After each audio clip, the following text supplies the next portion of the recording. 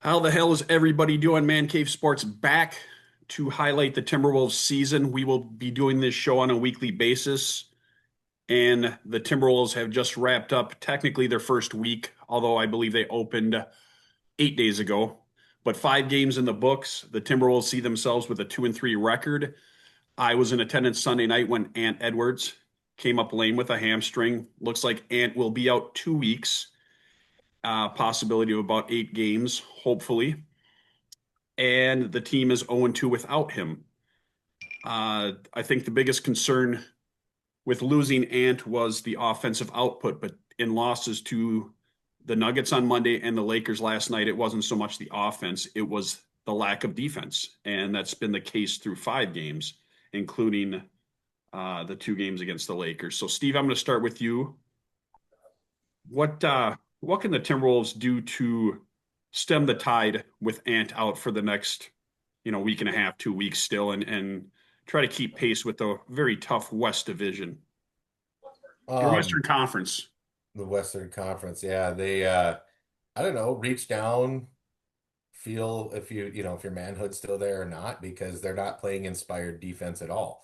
Like they're just I have not seen this team be this kind of lazy on defense in probably 4 years, 5 years. I mean, it's been a while, and there's no reason for it. When you've got Jaden McDaniels, you've got a four-time Defensive Player of the Year, and Rudy, you've got, it's just looked lackadaisical. The space we're giving, the ease at which people are scoring in the paint, like 56 points, I think we gave up to the Lakers the other day, the G League Lakers. It's like, come on, man. I mean, it, it's just the defense is what's killing us right now. Our offensive output, we're scoring, averaging like 110 or something like that. It's like that's fine, that's great, that's enough to win you games. Our defense, which used to be our hallmark, in which we'd hold teams under 100 points consistently night in and night out. Now people are hitting 100 points by the end of the third quarter. So people, the team's got to man up. It's got playing some defense. If I was Finch, I'd make them press three-quarter court for a while until they figured it back out again because it's ridiculous. The defense is what's killing us. Brian, I'm going to go with some of the obvious uh, things that we've all probably noticed and even texted about. Rudy, outside of one decent game, has looked like ass. I'll just leave it at that. Looks like they're trying to force the ball into him. And Mike Conley, granted, he's stepped up a little the last couple of games, but he's looking every bit his age. What's going on with those two? Because it seems like they've been the catalyst, especially Rudy, for the defense that we've seen the last couple of seasons out of this team. And I do believe Mr. Finch publicly admonished Rudy as well as Jade McDaniels over their defense. I think it was possibly the Lakers game that pissed him off, but kind of uncharacteristic for Finch to dress them down. He'll do it on occasion, but talk about Rudy and Mike Conley. Well, Rudy, Father Time is undefeated. It's just in any sport. And it looks like he's a step slow, uh, like slower than last year. All off season, we've been hearing about how he was working with what's his name, Chris Williams, getting the shot down, getting handles, but he's still got those frying pan hands. He just throw it in there, and it's just it's more amplified this year because it's obvious that he has lost a step. And Mike, man, you got to give him. He's kind of the heart of the whole team, and he's like the second coach. But he's what 37 years old. I mean, it's kind of hard to revolve around Rudy Gobert when people are like blowing past him, which we haven't seen in the past years. Four-time defensive player of the year, and it's just obvious to me that both of them are old. And I'm hoping, I'm knocking on wood. I mean, it's early. I mean, and I'm the positive one in this group. Believe me, people. But I'm getting a little downtrodden just watching it. I mean, what was Rudy doing there? In there, I blame Finchy, even though Finchy's my guy. What was he doing in there in the last 6 seconds there yesterday? And four-time defensive player of the year, playing off to the side like that, I just think it's glaring. And without having Nas He's not up to speed yet. I have faith in Nas; he will be, but I just think it's amplified, and I think that's the whole issue. I wouldn't mind finding a way to maybe have some team like the Magic that are desperate for a post presence. I'd love to get him out of here, but we got to deal with what we got. Yeah, I think, and you made up a good point about Nas. I think Nas, and we saw some of this last year. He can be a little streaky. He can go off for 25 the next game, show up and score 6 or 7. I think And he'll that be makes all it right in the long run. Once he starts hitting those 3 bombs and gets warmed up, Nas can start cooking. I will say through the first 5 games, I like what I see out of Jules as well as Jaden. Looks like they're consistently night in, night out playing pretty good ball. Steve, I'm going to talk about not necessarily a newcomer, but somebody that got little to no run with us last year and was kind of a throw-in at the end of the summer, Bones Highland. Obviously, he is taking, Dante's starting, and Dante's played decent. He gets a little streaky as well, gets a little wild out there. The opener, I mean, he was throwing the ball all over the damn place with turnovers, but Bones Highland to me has been a pleasant surprise. He'll still make some boneheaded plays, take some dumb shots, but I mean, he's been out there. He's hit some nice shots and given them a spark when he comes in off the bench. Talk about Bones. Yeah, I like his energy a lot. I love the shoes, that he's rocking out there. I think those are pretty sweet. I'd like Bones to get a little more confident in his shot because he's not confident with taking a three when he's open. And like we saw last night, he hit two, he drilled two in a row in crunch time there. That was beautiful. I think he needs to get more run. I think DiVincenzo has underperformed. His defense. And that stupid foul that DiVincenzo had where he like basically like forearm shivered the guy, tried to get him out of the way. I mean, come on. He still got that. I mean, when you talk about bonehead plays, I'd rather right now, beginning of the season, while Finch is doing his musical rotation right now to figure out what's gonna work, get Bones some more run. He's putting in some energy, he's putting in some pop, he's playing hard. Let him get out there and run. I mean, you don't have outside of DiVincenzo and Conley, what are you going to run with, right? And DiVincenzo so far has shown he can't do it yet. So give him some run. I like it. I like the energy. I like the pop. I'm getting on board with Naughton's guy here, with Bones coming in, and let's give him some more running, some more time. I mean, Finch didn't play Dilly and TSJ very much last year, and I think we're suffering a little bit because of that because they still look raw. They're still both those guys are still like they can't quite get it. Well, the only way you get over that is more playing time. So get Bones run, get him in there, let him run. He's hot, ride him. If he starts messing up, who cares? Give him 15, 20 minutes a night. I think what is he getting right now? He's got 13 minutes. Let's give him some more minutes. Let's see what he can do. Let's see if this helps out. And if he's willing to play defense, all more power to him. Especially while Clark is kind of dinged up and out. Like Clark, we really could have used him against the Nuggets. So get Bones in there. I'm liking the energy.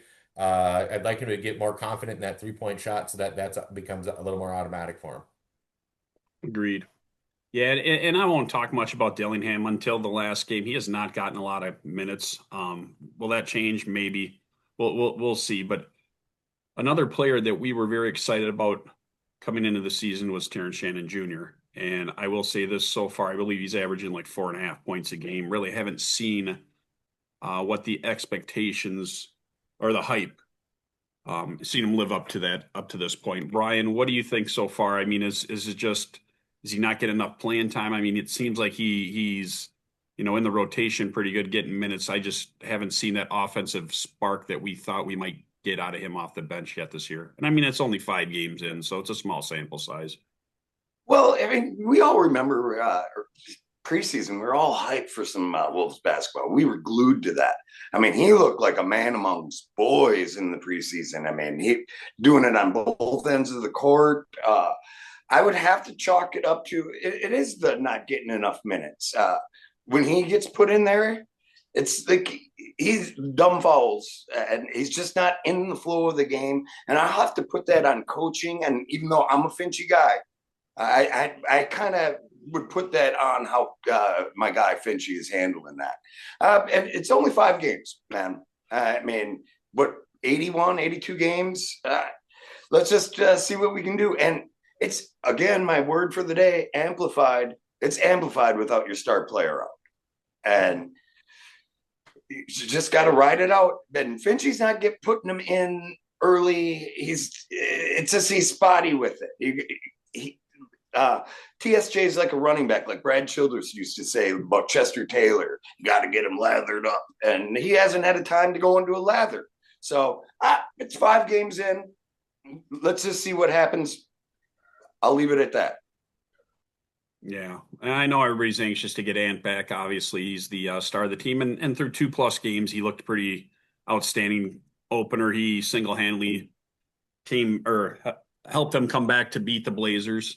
Clutch shots, daggers at the end, and played pretty well in the loss to the Lakers. I believe he had 31 points. Started out with like 5 points right out of the gate against the Pacers before he got hurt. So, I mean, Ant looked like he was rearing up and ready to go this year. I think that's the one thing he's hoping to add to his game is the clutch shooting, hitting big shots, because it's something he hasn't done in his time here. Steve, what does the team want to do here in the interim with Ant out? I mean, what are you kind of looking at for the next 2 weeks? I mean, a 500 record. I mean, you're just looking to come out of here, maybe 5-5 or 6-6, something like that before you get Ant back. I mean, what do you think? Because I'm looking at the schedule. They got some winnable games. They played the Nets and the Hornets on the road in the next 2 games, but then they got the Knicks. The Kings are decent. But, I mean, they definitely have some winnable games in the next couple of weeks to keep this thing afloat until he returns.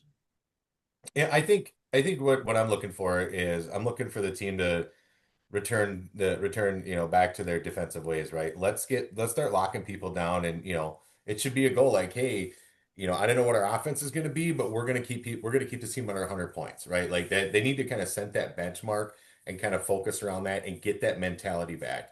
I think number one. Number two, the musical rotation of trying to figure out this team right now is frustrating. Let's get this figured out, right? Like let's just if he's going to play musical chairs with these people and he doesn't know, like Dillingham can't find the floor of the searchlight. Granted, he had the fracture. Now he's rocking the old Detroit Pistons face mask there. But I want to see us get back to playing defense and getting hungry about that. And I want to see us get back to the way that we were winning when we had all those injuries last year, right? A lot of energy, up tempo, aggressive defense, and the ball was just flying, right? There was none of this bully ball. There was none of this. I mean, Julius Randle's looked amazing, but if we sink back to just giving him the ball and letting him, try to figure it out for 8 to 10 seconds, we're not going to win games that way.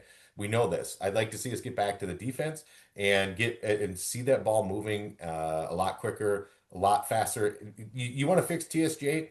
Let him run. Get him out there, let him run. I don't think he knows what to do in this offense right now. Like, I don't think he knows where he's supposed to be, what his identity is in this. Last year, it was just give him the ball. He'd either cut or, like he knew he was quick. And so I'd like to see that get fixed. So, 500, I think we can definitely do while Ant is out. And let's fix some of these things that are ailing us right now. So when Ant gets back, then we can get on a run. Yeah, and the Timberwolves, historically, I don't think they come out of the gates blazing. I think they generally hover around till about December, and then that's when you see whether or not this team is going to do something good, or if they're injured.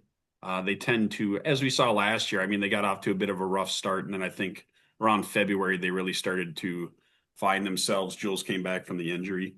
Brian, and I'm going to close out with you being the bastion of positivity around here. Who is going to be, and we've seen it kind of out of Jules, but it could be him, but who's going to be the key offensive player in Ant's absence? Because you're talking about replacing damn near 30 points a game. I mean, who's really going to step up their game while he's out and make sure, to what we're alluding to, they stay around 500, keep afloat until Ant gets back? Well, obviously, it's been Jaden and Jules out there. I mean, Jaden's been fantastic the last couple of games. But I think the key to us winning, and as Mr. Steve alluded to just kind of keeping the ship upright, being 500 until Ant comes back. And you know what? I'm really worried about the soft tissue injuries. You just can't say, oh, you're going to miss 2 weeks. That can be a long-term thing. I mean, on and off. Hopefully they keep him off for as long as until he's ready. But I think it's squarely Dante DiVincenzo. I think the last couple games he's been the three-pointing has been better. Now that Mike's in the starting lineup, he kind of shifts over to the shooting guard spot. It's just he's got to avoid those turnovers, and they're dumb turnovers. And they're early turnovers, and I think he's the linchpin and the key. Well, we know what we're going to get out of Jules and Jaden right now. I mean, they're going to have the brunt of it. But they need that third guy, and it's not going to be Rudy. We know that. So I would think it squarely falls on Dante. So, and he's heating up, and I love the guy. I love the guy as a player. I loved him in college. I think that's going to be the key to keeping us afloat. Yeah, well stated. Well stated. And we've seen Dante. He'll get a little streaky, but he starts hitting threes. And one thing I will say about Dante that we've never had to question since he's been here is his hustle, even on defense. So, yeah, and his heart. So he plays his ass off. So we'll get it figured out. I'm not too worried. Last night was a frickin' doozy of a loss. I was so excited after they came back down from 20 and thinking we had it wrapped up. But yeah, I'm thinking I've seen enough.